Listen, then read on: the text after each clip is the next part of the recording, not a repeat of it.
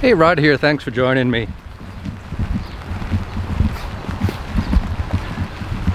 Embrace the rain. You're not gonna follow me, are you? It's raining, you can't follow me, princess. Go get some cover. It's not often it rains here in Riyadh, Saudi Arabia. Let's see, what do we got here? It's 9:15 in the morning, Sunday, April 12th. So when it rains, you have to take advantage of it. As soon as I saw it raining, I jumped to get all my rain gear on. Put about 20 pounds worth of weights in my pack sack. Got my hiking boots on, got the camera, and came out. As an outdoorsman, you have to live with the weather. There's no such thing as bad weather, there's just inappropriate clothing. I heard that from a guy named Justin Babar. Right now he's on an 83-day trip across Newfoundland. Anyway, if you spend any time in the outdoors, one of the things you have to live with is rain. So you have to embrace it. You can't avoid it. Sooner or later you're going to get rained on. So the idea is to be prepared for it. And the number one thing I found is a good rain suit. Regardless of what you pay for it, make sure it's 100% waterproof. I've been caught in a number of rainstorms, both here in Saudi Arabia and in Canada on my trips. I've been caught in some really heavy deluges, and it's always been this rain suit. I bought a couple of them, I've tested a few out, and this is my favorite. Rain pants, rain jacket. They're not particularly expensive and they're not particularly light, but it's something I carry with me all the time. Now, I agree with you, it is uncomfortable. It can be uncomfortable in the rain. It's not the most pleasant thing, it's not what you want, but as I said, sooner or later it's going to happen. If you're at camp, you have to hunker down, whether it's in your tent, under a tarp. Now, I've always been, in all the rains I've been caught in, I've always been bone dry, and I stress the bone dry, completely dry, head to foot, except for my feet. It's kind of hard to get waterproof feet. How you doing? Enjoying the rain? Yeah. Everybody's on lockdown here. We're on 24-hour curfew, but we're still allowed out to grocery shop and medical emergencies from 6 in the morning to 3 at night, but we have to stay within our district, and they're really strict about that. There's police checkpoints and all that kind of stuff. So I digress. As I was saying, a good rain suit is mandatory. And you want it to be a durable rain suit. Some of them are so light that they're also very fragile. That's one of the things you don't really want. This rain suit has this top has a hat built in, which I'll wear when it's really, really pouring.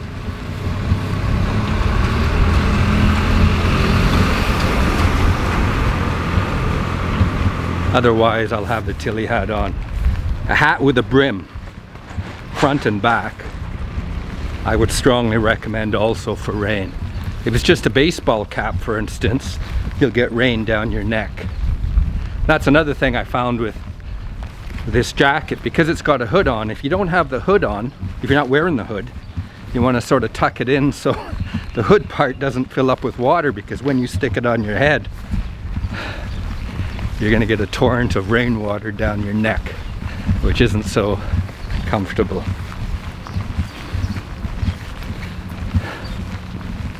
I've even got waterproof socks. They're like neoprene socks.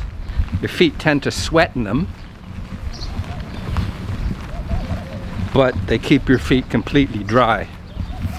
Now, I've worn those when I've been portaging and in and out of canoes and stuff, but normally when I hike in Saudi Arabia, I'm not going to have those on. So although my hiking boots are fairly water resistant, they're not 100% waterproof. So it's good to stay dry. Your feet are probably going to get damp if not wet. That's why you always want to have a nice clean extra pair of socks in your kit. So when you do get back to camp and you hunker down under something, you can put those on. I mean, a lot of it depends on what the temperature is like. If it's, you know, summer type months, cold isn't an issue, it's not a problem. So, number one, and I really stress this, is have a good rain suit and test it. My rain suits, I ordered them all off Amazon. Here in Saudi Arabia, we don't have outdoor stores, so everything outdoors that I bought, I've had to research, order from Amazon, figure out the size and have it sent over, and some haven't quite fit and some haven't been what I've expected. So I put them on and had my girlfriend spray me with a hose. She literally hosed me down. I've got a couple good rain suits, and this just happens to be the one I like at the moment. They're both, one I keep in the car, it's as good as this one.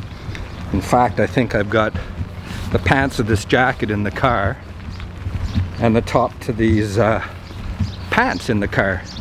So it's kind of mix and match, so I've got two good rain suits that will keep me 100% dry. Second, a good waterproof tarp. Minimum 10 feet by 7 feet. I've got a 10 by 7 and a 10 by 10. I think they're AquaQuests. Now they're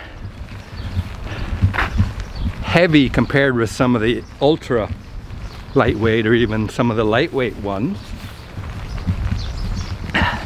but they're 100% waterproof and they're durable.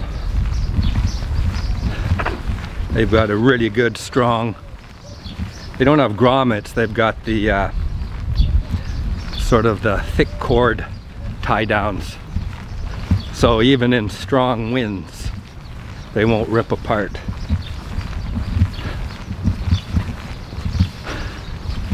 So even when I go out here in Saudi Arabia, it's not expected to rain. I'll quite often have a tarp with me. I've actually used the tarp as a windbreak. So you don't just use it as for the rain, you can use it as a windbreak, you can also use it as a ground sheet.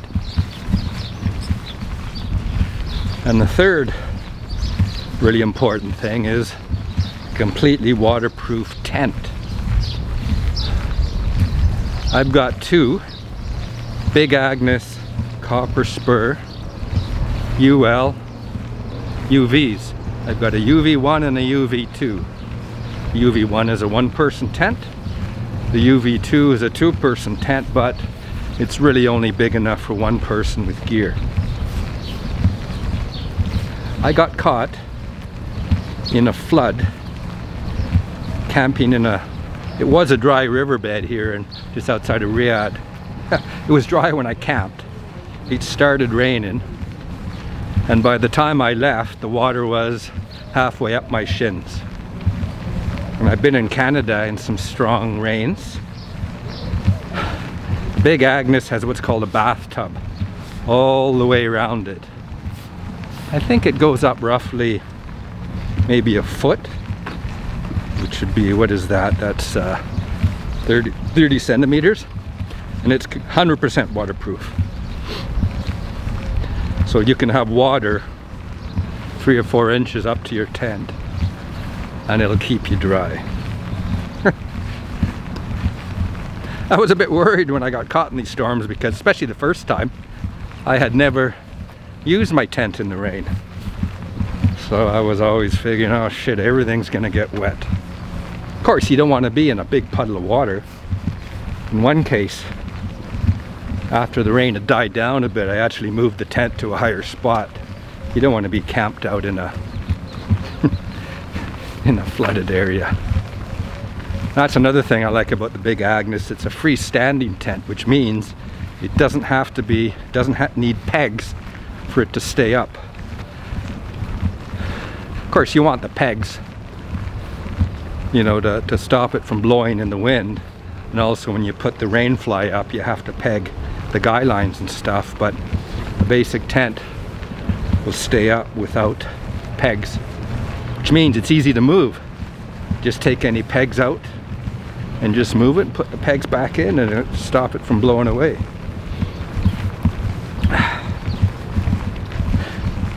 Now, if you're just car camping, you can always escape back to your car when it's pouring rain, but if you're in the middle of nowhere, you want to have good gear. You want to be prepared for the worst. Hope for the best, be prepared for the worst. Which is a good rain suit. I would add to that rain suit a good waterproof hat. These Tillys made in Canada are completely waterproof and they've got nice air vents. I like the brim around them. They stop rain from going down your neck. So you want the good rain suit. You want a really good 100% waterproof tarp that's very durable, that won't rip to shreds in the wind. And last, you want a good tent with a rain fly on it. Now, one of the reasons I recently changed, how you doing? One of the reasons I changed from the 1 to the 2-person tent was because, for instance, when I do get caught in the strong rainstorm, I can keep a bunch of gear in the tent. With the UV1, the 1-person, it was big enough, of course, for me to be inside, but any extra equipment, there was no room. So I decided I wanted something a bit bigger. Assuming this COVID-19 thing is all sorted out by September, I'm planning on a solo 2-week trip in the Woodland Caribou Provincial Park in Western Ontario, just close to Red Lake. So I'm going to be on my own in a canoe for 2 weeks. I'm not going to fly in, I'm going to be driven in, dropped off, and I'll be picked up at the same point 2 weeks later. So I'm going to make sure all my gear is set for anything that the weather gods can throw at me. I know I have a good rain suit because I've used it in strong rains. I know I've got 2 good tarps. I'm probably going to take both with me, both the 10x10 and the 10x7. And I've got a tent that I know is really good in the rain and the wind. So that's my bases covered. Anyway, that's it for now. I hope you're all staying safe. See, I'm lucky because I live on a compound. I can still get out for a walk around anytime I want. We just have to maintain a social distance. But it's a lot more restrictive for people living in the city, in apartments and stuff, where they're not allowed out. So things could be a lot worse. As bad as they are, they could be worse.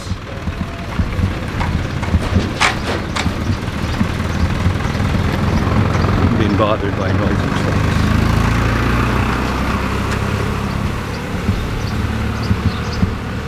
The only thing about these rain suits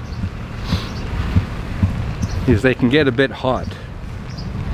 See here, it's just starting to become summer in Riyadh, and it's only like 30 degrees today. So you tend to sweat in these. All I have is a t-shirt and a pair of shorts underneath here, but I've got my regular hiking socks and hiking boots on. There are more breathable rain gear. There is more breathable rain gear, but a lot of it gets really expensive. So you kind of have to weigh the cost, the durability, and your needs. I want a 100% rain suit, but I don't want to pay hundreds of dollars for it. I seem to think that this top costs about $50 or $60, and the pants were probably about the same. Well, that's it for now. Until I see you again, take care and be safe. Bye now.